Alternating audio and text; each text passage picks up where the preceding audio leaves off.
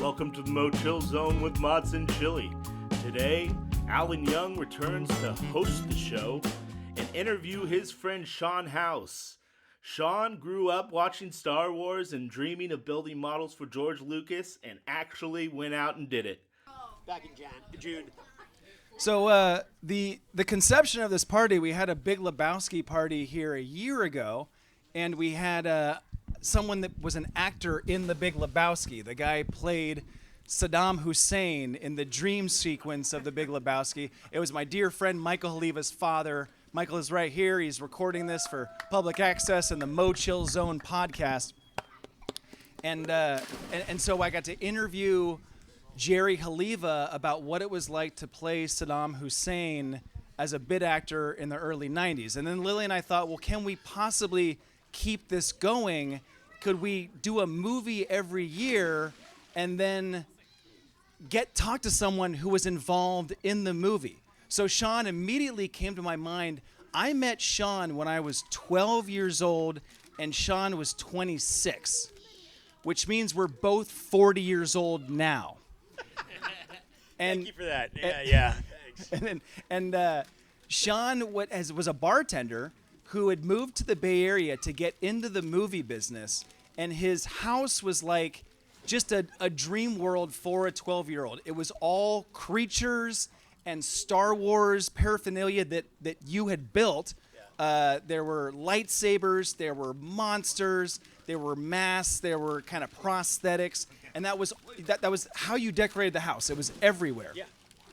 And the reason we're talking to Sean today is because he had a hand in the movie that we're going to watch, and he actually brought me on the set of the movie we're going to watch. But more importantly, Sean's story is one of a guy who created a life plan at age, 8 years old and followed through. It's a great story of like setting something up for yourself and following your dreams. And so without further ado, this is my dear friend, Sean House. And I was trying to think of where the story begins. And I think we should start with Star Wars. So where were you when you saw Star Wars, and what was the scene? Just describe the theater and how that made you feel. Well, and to preface it even just a little bit more, is I'm sure you remember this. My parents were very strict. And my mom was in commercial art and advertising in New York City on Madison Avenue. And during the late 60s, she saw what they were doing with subliminal advertising. And her thought was that she could protect her children from the programs that they watched, but she couldn't protect them from the commercials. So out the door went the TV. I was raised without a TV. And so I would go to movies to escape. And the thing is I also had polydactic memory or whatever the hell you want to call it, whereby I'd go watch a movie once and come home and it would take about 6 hours to me to explain the movie to my parents, but they saw the movie at the same time. They saw it through my eyes. So I had seen the trailers for The Star Wars Coming to a Galaxy Near You Soon. Star Wars from the legendary director George Lucas of American Graffiti. Okay, I didn't know what that was. And what happened was that Star Wars was 1977, May 25th, and it was huge. And my mom was doing art shows out on the east end of the island, so out towards Southampton, the Hamptons, that sort of thing. And, well, it was hot on Long Island and muggy because that's the East Coast. And so they would pay me, my parents would pay me to go away, during these art shows so they didn't have to worry about me. And I was able to see, actually I apologize. The first time I saw it, Mom and Dad brought us to the drive-in. And when the Death Star exploded, it was just around 4th of July, and there was gigantic explosions of fireworks going off behind the screen as well as on the screen. Totally unintentional. It just happened to be that way, but of course it added to the whole experience. And then I just wanted to see that movie as many times as I could. So every art show that my mom went to on the weekends, I was like, I'll go.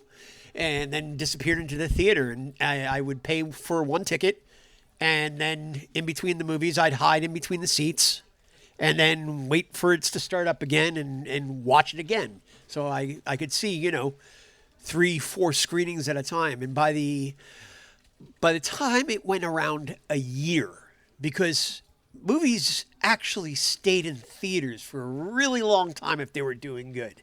Star Wars was in the theater. They re-released it a year and a half after its initial release. By the time a year had passed, I had seen Star Wars around 20 times. And what happened was we didn't have a lot of money. And what happened, I started collecting the players' cards, the little trading cards and everything like that. And they would come out with different series. You'd have the red cards, the yellow cards, the green cards, blah, blah, blah, blah, blah. And then they came out with the orange cards. And they had never done this on a movie before. They showed behind the scenes.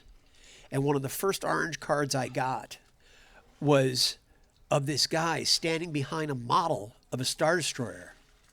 And I went, oh my God, these things are models and you can make a living doing this, building models for a living for the movies?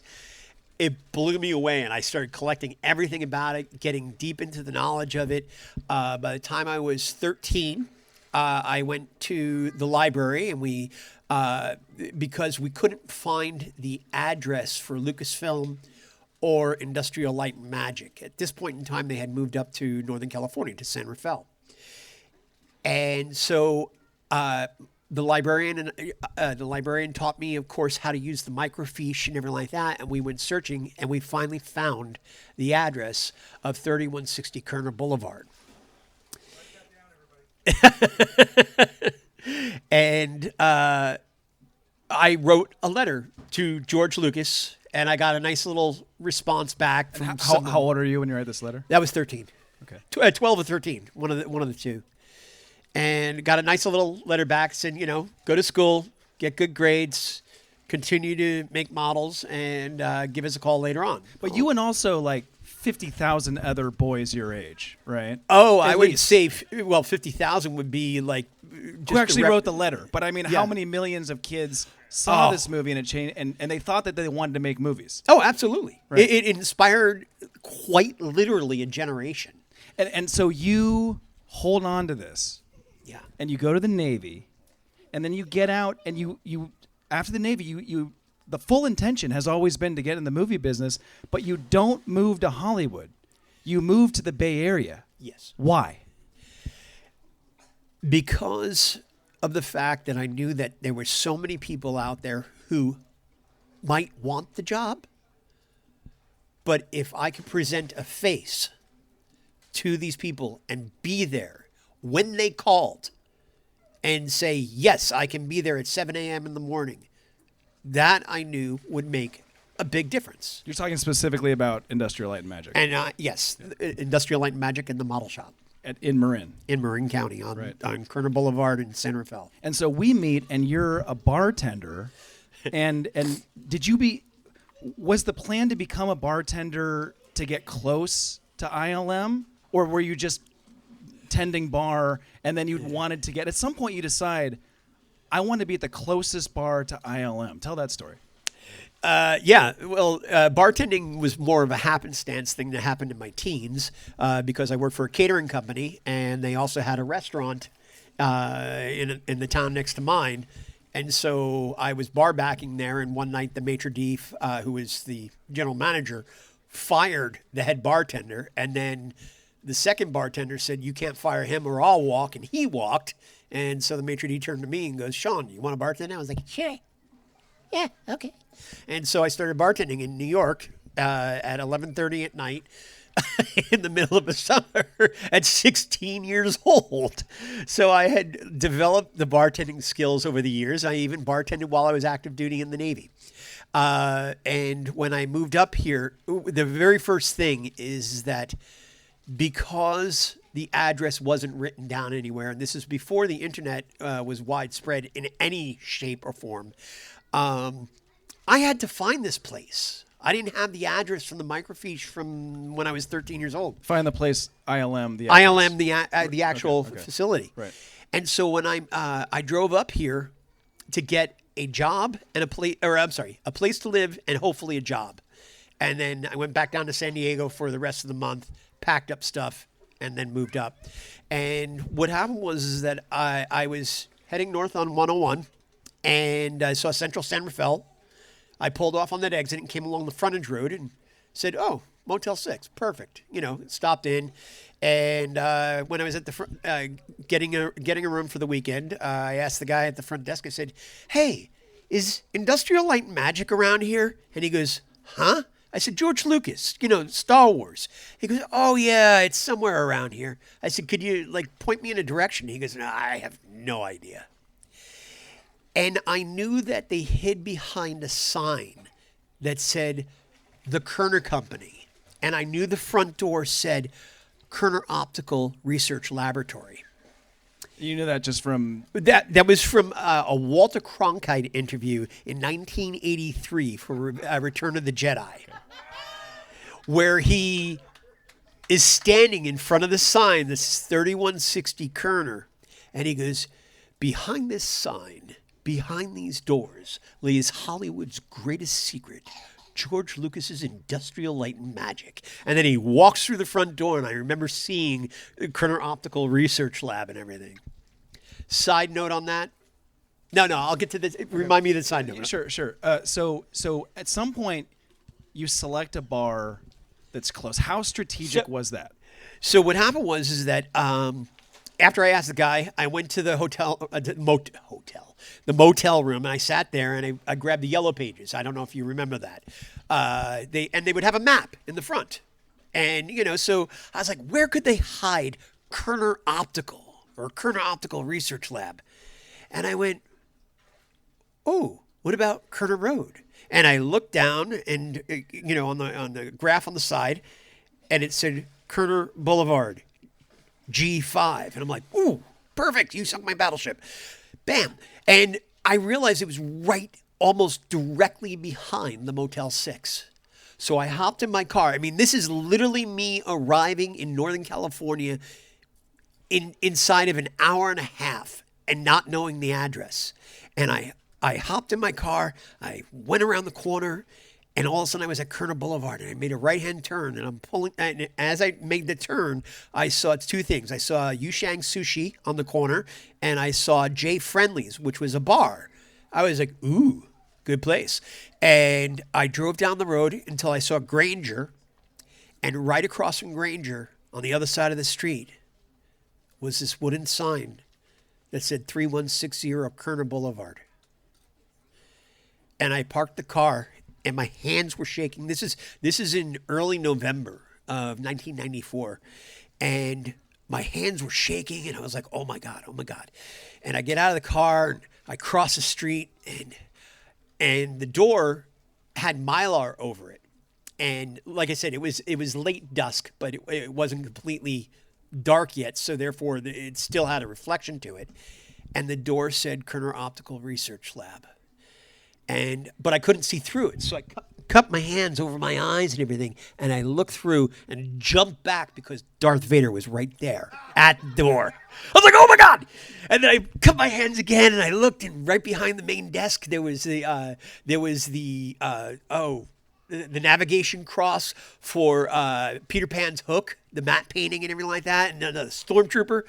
And I'm like, "Oh my God, oh my God, oh my God!" And somebody tapped my shoulder and says, "Excuse me, sir, can I help you?" I said, "This is Industrial Light and Magic." And he goes, "Sir, this is private property."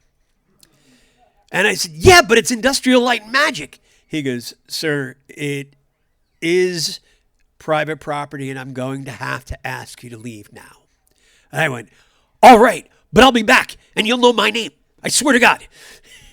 And then I went down the street to the bar, went in there, and I met a guy, the bartender who turned out to be the owner. His name was Sam. And Sam had been a paratrooper during World War II, it turned out. And at this point in time, I was actively skydiving. So we got talking about that, and then he was asking me what brought me up there. And I told him, ILM, and he looks out the front door because right across the street was ILM. And he goes, okay. And I said, but I do need a job in the meantime. And I didn't get a job from Sam directly. He referred me to his friends, Chuck and Ken, who had a catering company and a bar. And I started working there. Their bar closed after a year. And Sam hired me on because he was selling his bar, but he wanted somebody to carry on the continuity of it.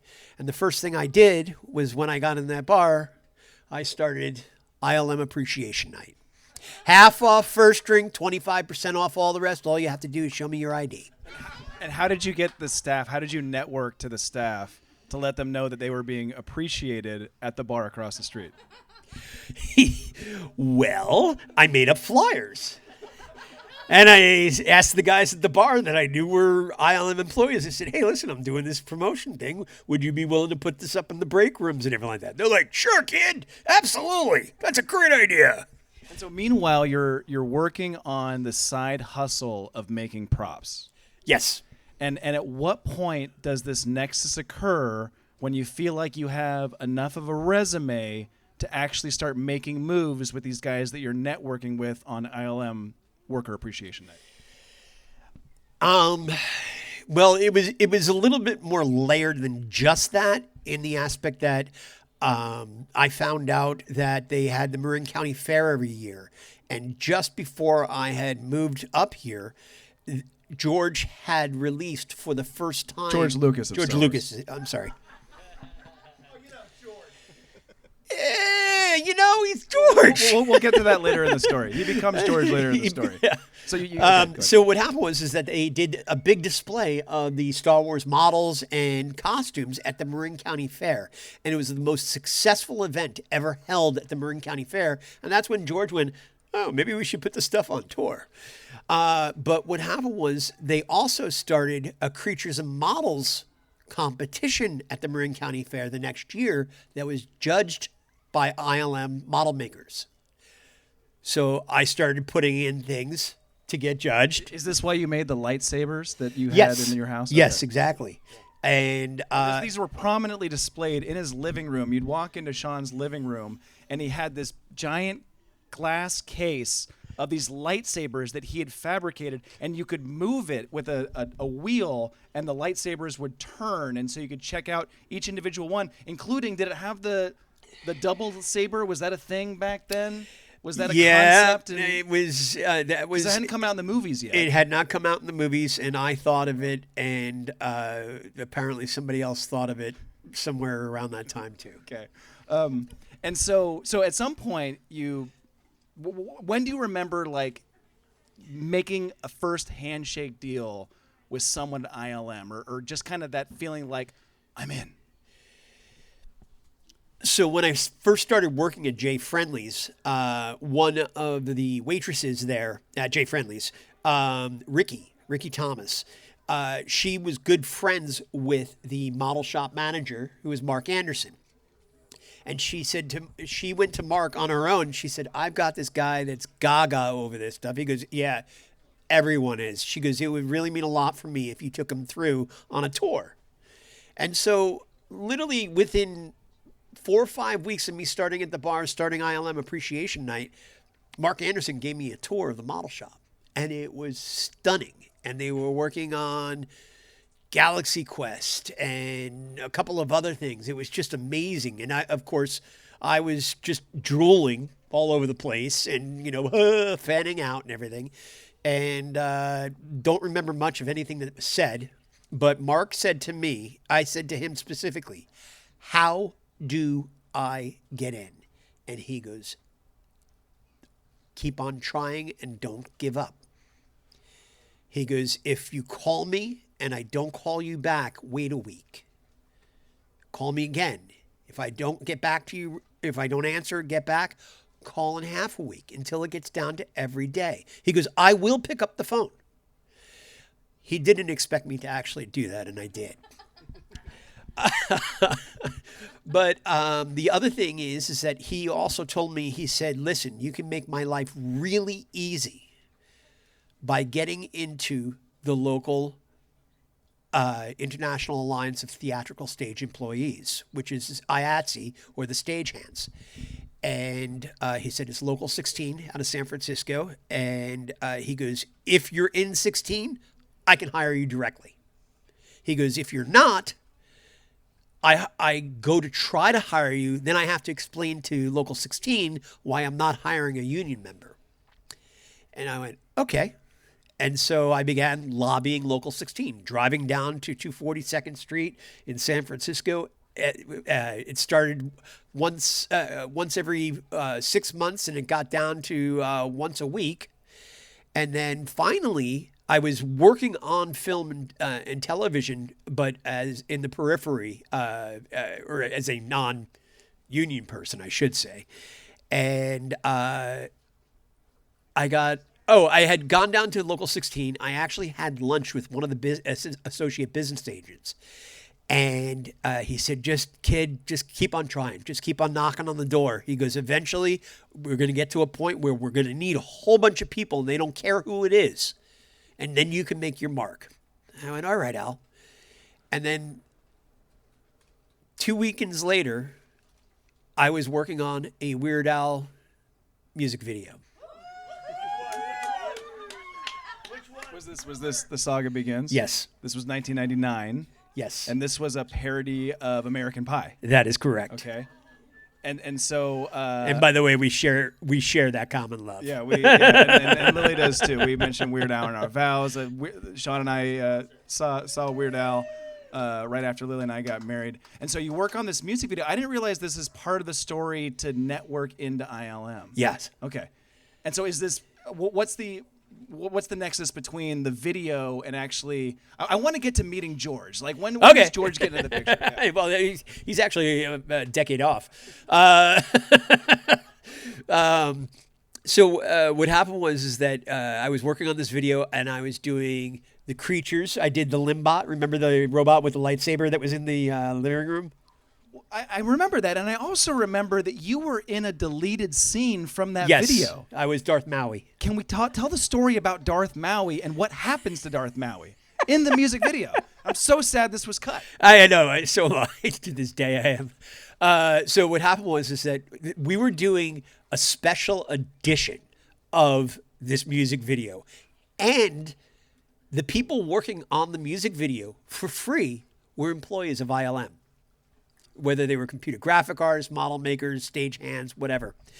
And what happened was we came up with this idea in the scripting for this character to be Darth Maui instead of Darth Maul from The Phantom Menace. And instead of having all the jagged points on his face and his makeup, it would be round like Clowny, but it would still be black and black and red. And so that was Darth Maui. And Darth Maui was at this bar, and this bar had a Limbot, which was, like a way, way, way older R2 unit that was just a load lifter. And they had taken a lightsaber, and they had strapped the lightsaber to the Limbot, and the patrons of the bar would limbo underneath the lightsaber. And Darth Maui was having such a great time that he didn't bend backwards and walk straight through the lightsaber, so my feet kept on walking, and my torso looks around and drops, which would have been great, I think. But so anyway, during that, while I was getting the makeup applied to me by two guys who are now famous for makeup, I hear this gentleman walking down the hallway on Treasure Island, which is where we were filming the video. And he's like, wow, who built all these props? And Katrina's like, oh, it was Sean House. He goes, wow, huh? He goes, who did all the droids? Oh, that was Sean House. Oh, wow, wait, really? He goes, who did all the sets? Oh, Sean did. And then he turns the corner, and he's like, hi, I'm Al Marshall. And I'm like, hi, Al, I'm Sean. And this is one of your idols. You know Al Marshall. You know the Al name. Marshall was the business agent I had lunch with 2 weeks before. Okay. He didn't know me very well, and I was covered in makeup, so he couldn't tell who I was. And I said to him, I just had lunch with you 2 weeks before. And he goes, you did all this and you're not in the union? Call me Monday morning at 9 a.m. sharp. And I did. And he answered. And he said, I want you to come down tomorrow at 10:30, and you're going to meet the vice president of the union, Eddie Raymond, and you're going to have an interview with him. And he goes, don't worry about it. You're going to be fine. Okay. So I went down there. How worried are you? Like, how nervous? I was terrified. I was terrified. I mean, like, Because you've been building up to this. Yeah, but since I got out of the Navy. And you feel like this is your shot. This is my shot. I mean, it's a shot along the way because it's not getting into ILM directly. It's getting into the union, but getting into the union means that I can work ILM. And I get down there and I talk to Eddie. Eddie loved the fact that I was in the military first, and he said, "All right, go out and buy a pager." Okay. And this is 1999. Yeah. Okay. No, actually, it was 98. Okay, all right. And he said, if you get a call from 441-6400, return the page right away. And I'm driving home. I had gone down, got a pager in San Francisco right away, and I'm driving home and the pager goes off. And I had work at Acme Scenery Company the next day. It was that quick. It felt like it took years to get to that one point, that nexus. And then it was 1 year after I started working for the local that I got a call while I was working at the 2 a.m. club in Mill Valley, because I would work both. Yeah, there we go. I would work both the bar at night and stagehand stuff during the day and everything. And I got the call while I was at the 2 a.m. club telling me to report the following morning at 8 o'clock in the morning to 3160 Kerner Boulevard, report to Mark Anderson. And began work. I think I was shoveling dirt. But it was for the sets. It was for the spaceship crash set for Planet of the Apes, where the capsule comes in and crash lands. This was the Tim Burton Planet of the Apes? Or was this was this the Mark Wahlberg? This is the Marky Mark. Okay. Yeah. And then we just call him Marky Mark. Yeah. Did I hear that right? Yeah. That's his that's name. a throwback. Okay. All right. I'm sorry. Go ahead. No, it's okay. So you work on. So this set, and this is one of the first times I saw this, where you reuse things for different movies, and nobody ever notices. But there you go. We use that set for the capsule landing for when Marky Mark splashes down on Planet of the Apes. Then the set was used for Pearl Harbor, when a B-25 crash lands and veers off the runway. And then we used it for Jurassic Park Lost World, when the King Air lands in the trees and then and then dives into the dirt. I do want to get to George. I do, but also you got to tell these people about working on Matrix 2 and 3 and building a mile of highway. So right after a year and a half after I get into the union, I was working on this movie, High Crimes, and we were working over in Alameda, and I had heard that there was a year and a half before Matrix had come out. And Alan and I had talked about it. We were blown away by this movie. Sure, yeah. And so this is in December, and we're working away, and somebody says, "Hey, did you hear the Wachowski brothers are bringing..." Yeah, they were still brothers at this point. The Wachowski brothers are going to do the Matrix 2 and 3 up here. I went, 2 and 3? What? How can anybody predict how far out they're going to be going? And they're like, they're filming them at the same time. I was like, oh, okay. And so I asked around amongst the bosses and said, in my bright, chipper Sean House self, "Hi, if you need anybody for the movie, I'd be really happy to work for you guys." And they're like, "Okay, kid, sure." 'Cause you're 29, 30? Yeah, I'm 30-ish at this point in time. And January 2nd, 2000, I reported to NAS Alameda and went out to the big hangars out there, the 80,000 square foot hangars, and began building walls that were 16 by 16 foot plywood construction, 3/4 inch plywood with 2x4 backing for the walls of a freeway that we were going to build on the runways of Alameda, and we were building 1.5 miles of freeway. Now, what that translated to, along with the walls for the off-ramps and the on-ramps and everything like that, was over 4 miles of wall. And the largest wall was 16 feet long. 4 miles, starting with 16 feet. We had walls coming out of our ears. And so I wound up running one of the wall teams and everything like that. We had a little competition to see how many walls any one team could build in a day. And finally, I got bored of that, and I went to the foreman, Dwight Williams. He had a big cigar. And I was like, Dwight, I'd love to go out on the runway because I had heard the guys out there were going to be building an actual overpass. And I was like, I've never built an overpass. I'd like to build one. Why not? And he's like, kid, you don't want to be out there. It's windy. It's rainy. You're sitting there with the sparks flying above your head and everything like that. You don't want to do that. I went, yeah, I do. He goes, okay, fine. Take the lift out there now. And I wound up becoming part of the welding crew. And he was everything he said as far as miserable. But we built these bridges like they did down in, was it Northridge earthquake was in L.A.? Which one was in L.A.? Someone got me.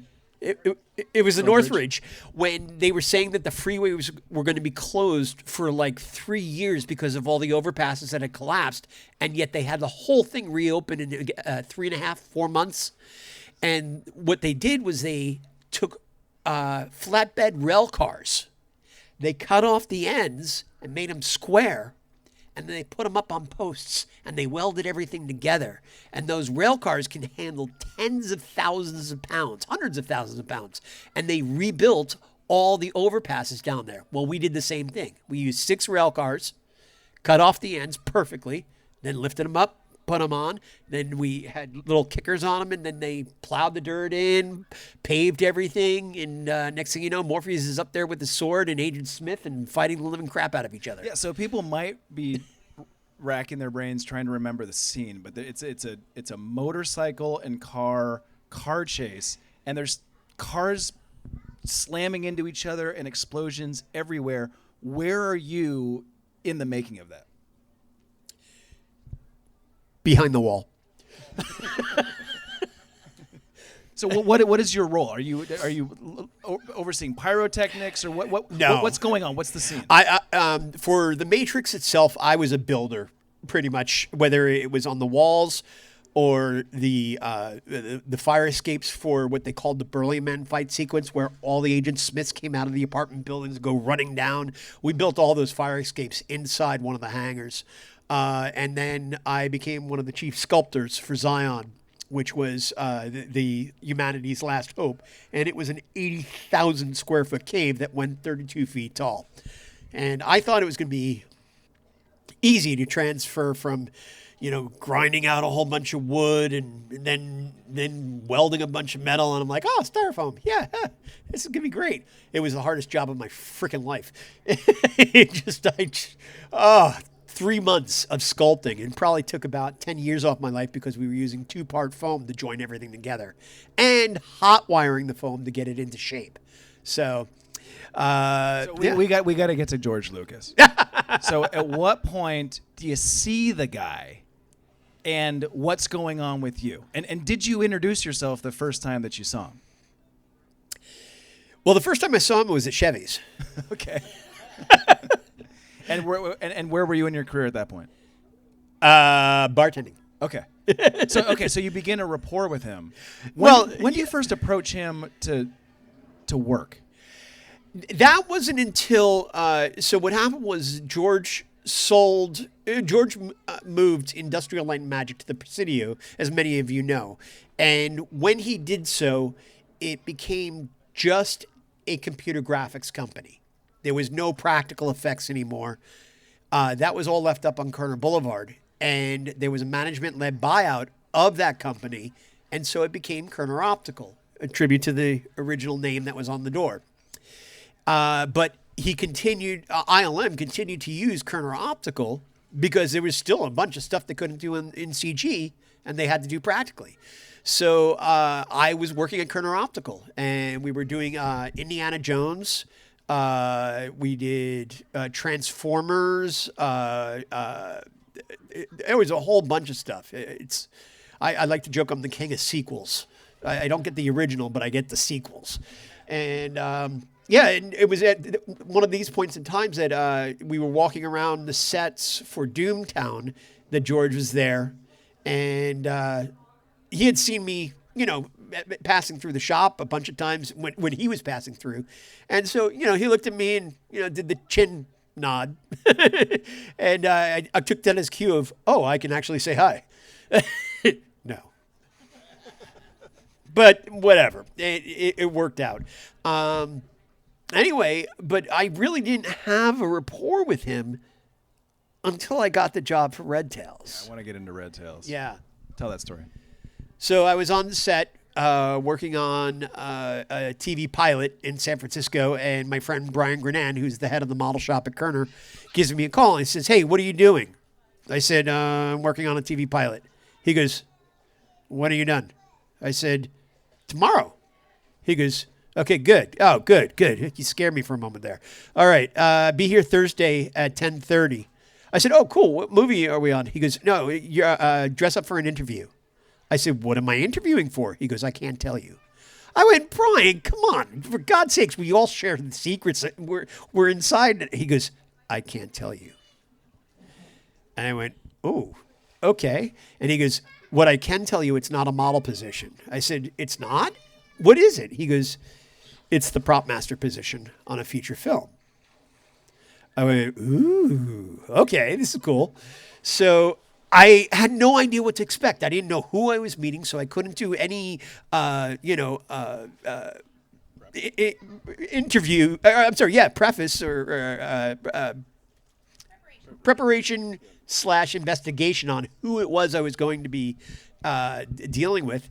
And I went in on that Thursday, and I met this British gentleman inside. This is Windward Stages at this point in time.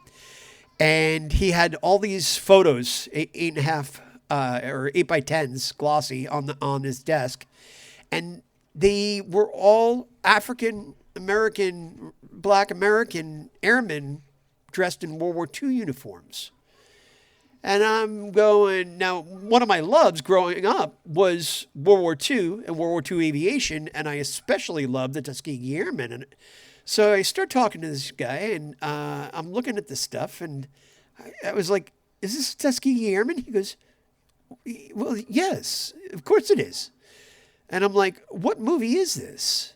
He goes, "It's Red Tails. Nobody told you?"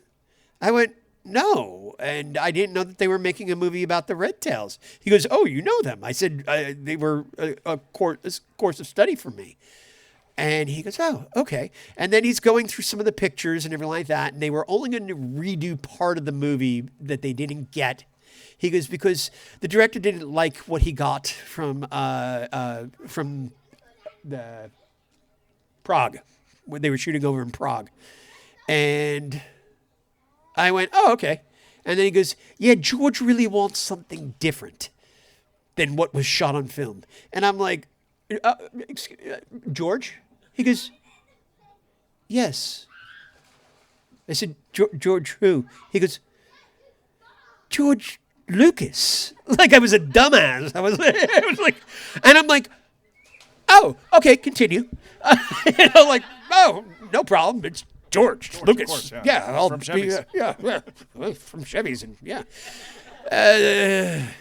And so what happened was that I actually beat out a whole bunch of prop masters from LA that were very, very experienced, and got the job as prop master for the reshoots of Red Tails. And what's an interesting side note to that is the reshoots actually wound up being the entire movie.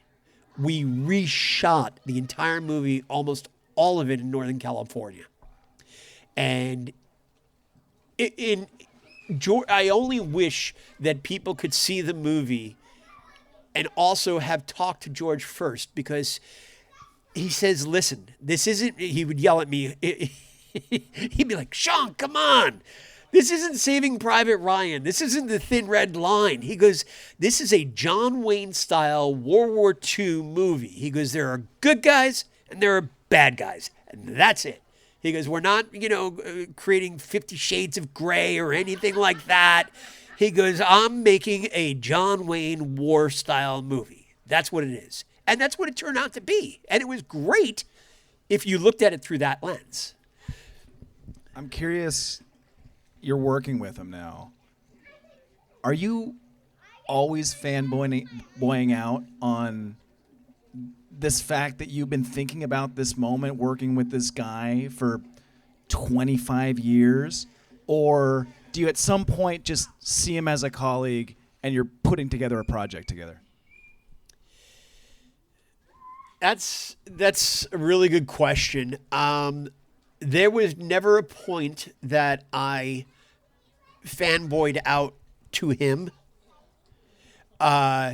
When I was talking to my friends after the fact, yes, as you will attest.